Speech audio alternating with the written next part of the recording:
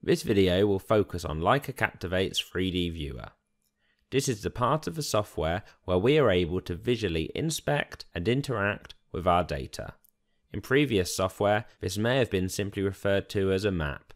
However, with Leica Captivate's ability to display and handle all of its data in 3D, the term map is not enough. So instead, we use 3D viewer. We'll begin by looking at zooming and panning in a simple 2D view. We start with a suitable job in the center of the job carousel, and then we can tap on the 3D viewer icon to enter into it.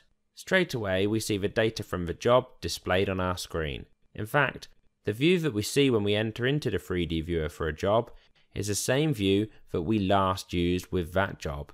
In this case, a 2D plan view.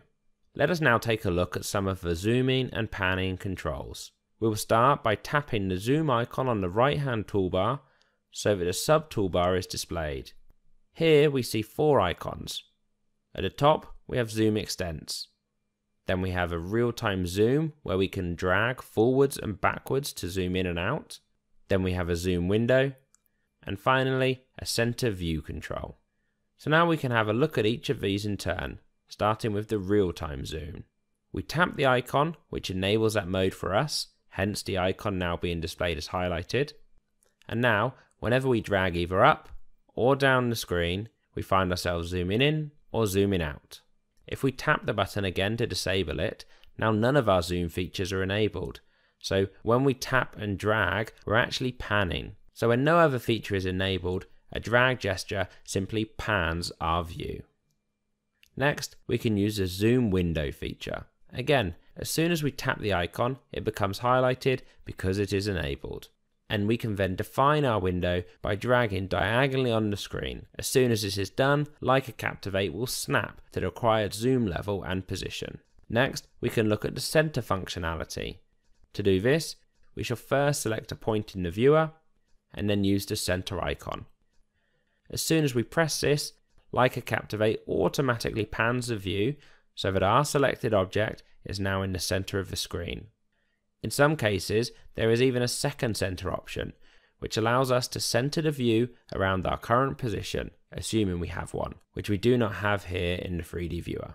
Now we can use the top icon, Zoom Extents. As soon as we press it, Leica Captivate instantly changes the zoom level such that all of the data fits inside the screen. Next, we can switch into a 3D view and add rotating to the zooming and panning that we have already looked at. We'll start by tapping on the view icon at the top of the toolbar. This brings out a second toolbar where we can toggle between different views. Here it is just 2D and 3D, but in some applications we might get additional views, such as an arrows view for stakeout or a cross-sectional view in an app such as roads. But for now, we'll switch into 3D and once again press the zoom icon on the toolbar so that the zooming toolbar is then shown. Here we can see we now have an additional icon, the 3D rotate icon. But instead of using that straight away, we'll just see that zooming and panning is exactly as it was with the 2D view. Once we've done that, it is time that we use the 3D rotate functionality. Here we can see that whenever we drag across the screen, we're no longer panning or zooming, instead we are rotating our view around the data. Next, we can look at how we configure the points and lines that we see. We do this by using the bottom icon on the toolbar, the settings icon, and then with the toolbar that has appeared, we can use the display functionality. When we click this, we are taken to the object display screen, where we have different tabs to allow us to configure how different types of objects are displayed. We'll start on the first tab, Points. Here we can choose, first of all, if the points are being displayed, but then also if we display the IDs, the codes, or heights alongside the points as text.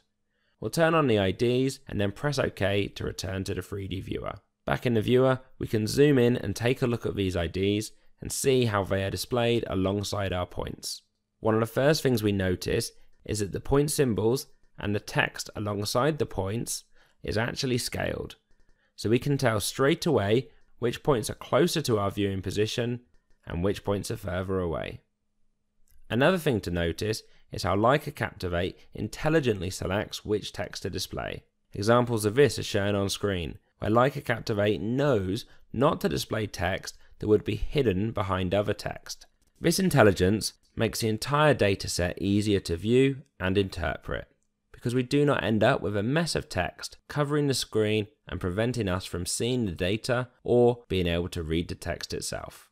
Now let's return to the Objects Display configuration and move to the Lines tab. Here we can turn on the display of lines by checking the box, and then we can press OK to return to the 3D viewer.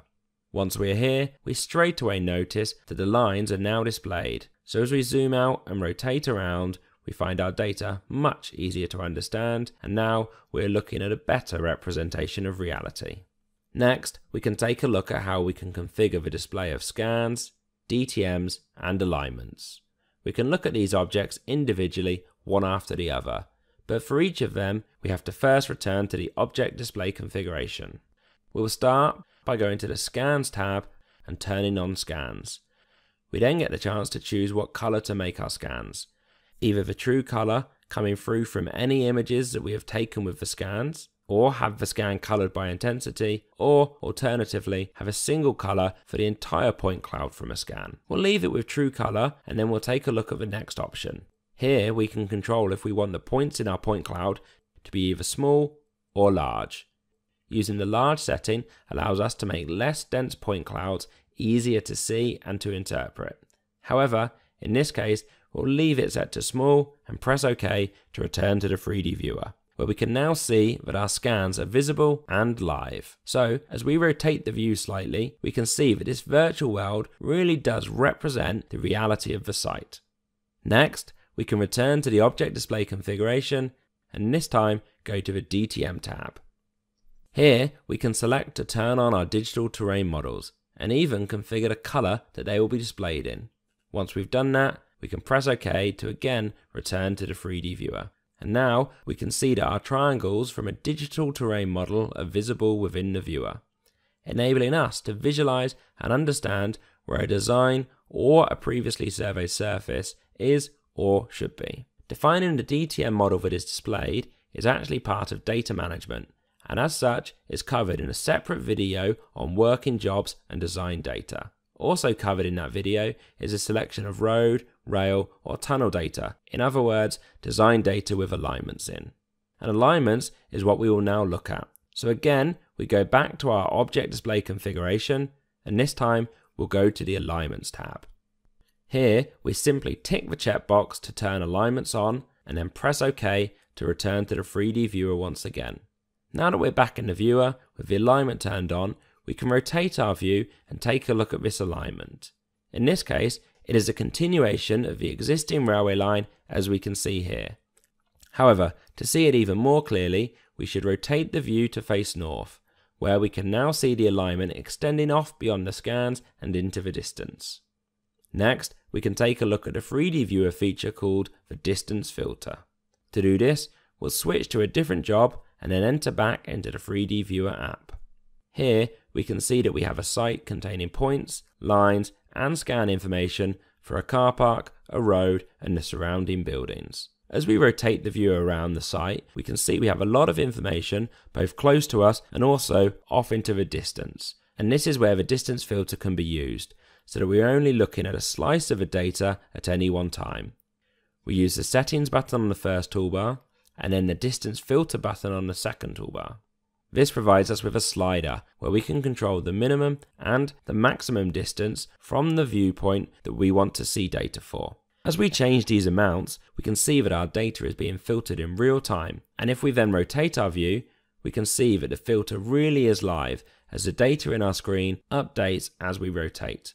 For now, we can just reset our filter to its full extent, but it really doesn't take much imagination to start thinking of use cases for this, such as looking at only a certain section of an alignment or at a certain floor of a multi-story building. Next, we can take a look at selecting and deselecting objects in the 3D viewer. The process for this really is as simple as tapping on the object which we wish to select or to deselect. And of course, we can have multiple objects selected at the same time if we want. Now, there will be some cases where there are multiple objects close together, and as such, Leica Captivate won't be able to automatically tell which one we meant to select. When this happens, we're presented with all the possible objects so that we can confirm which one we meant to select or deselect. The data we select doesn't just have to be points. It could also be a line, as shown here, or an alignment, or even data from a DXF. Next, we'll look at a method which allows us to select multiple objects at once, the selection window. Here, we use the settings icon from the first toolbar, and then use the selection window icon from the second. Now, we're able to define what objects to select using the window. If we create the window from left to right, then only the objects completely inside that window will be selected. Let's now clear that selection by pressing and holding on the screen, and then selecting Clear Objects from the context menu. And now we can create the window slightly differently. This time, although we'll do approximately the same window, we'll do it from right to left. This creates a window that not only selects the objects that are completely inside it, but also any object that intersects with its boundary. Now that we've seen this, we can clear our selection. To do that, we once again press and hold on the map to bring up the context-specific menu, but before we press clear, we can explain a bit more about the context-specific menu. Depending on what is selected when we bring up this menu, the content of the menu changes. As we had multiple different object types selected when we invoked this menu, here we only have the options for delete or clear, so we will clear. And then this time, we'll try it again with just one point selected. Now when we press and hold, we can see that the context menu is giving us a lot more options. In fact, it is giving us a lot more power. And we can use this whether we have selected points, lines, alignments, or data from our DXF files and do useful and common functions such as importing DXF data or jumping into an app, such as stake if we selected points, or some reference line or road functionality if we had selected a line or an alignment. Now that we have seen how we can interact with our data and how the viewer helps Leica Captivate blur the line between the virtual world and the real world in 3D, it makes sense to take a look at how we can do the same in 2D. And we'll do this using a background image. We'll continue with the same job as before, but this time in a 2D plan view. We'll then zoom in and turn off some IDs to make it even easier to see the huge impact that turning on a background image can really have. So now we'll enter into our object display configuration again, and then on the points tab, turn off the point IDs, and on the lines tab, turn off the line IDs. With that done, we can move on to the background images tab. Here, we'll select to use an image and then enter into the screen where we can choose which image we want to use. In our case, we only have one image, but as we can tell, if we had multiple images in this list, we'd then be able to select which one we want to use. With this confirmed, we can press OK, and then OK again to return to the 3D viewer. Once we're back in the viewer, we can zoom and pan around and really see that even in 2D, Leica Captivate is helping us to better understand the data and the site that we're working on. With that finished, we can now bring this video to a close, but it is worth noting that many other videos, such as the stake videos or the DXF videos, also cover some 3D viewer functionality.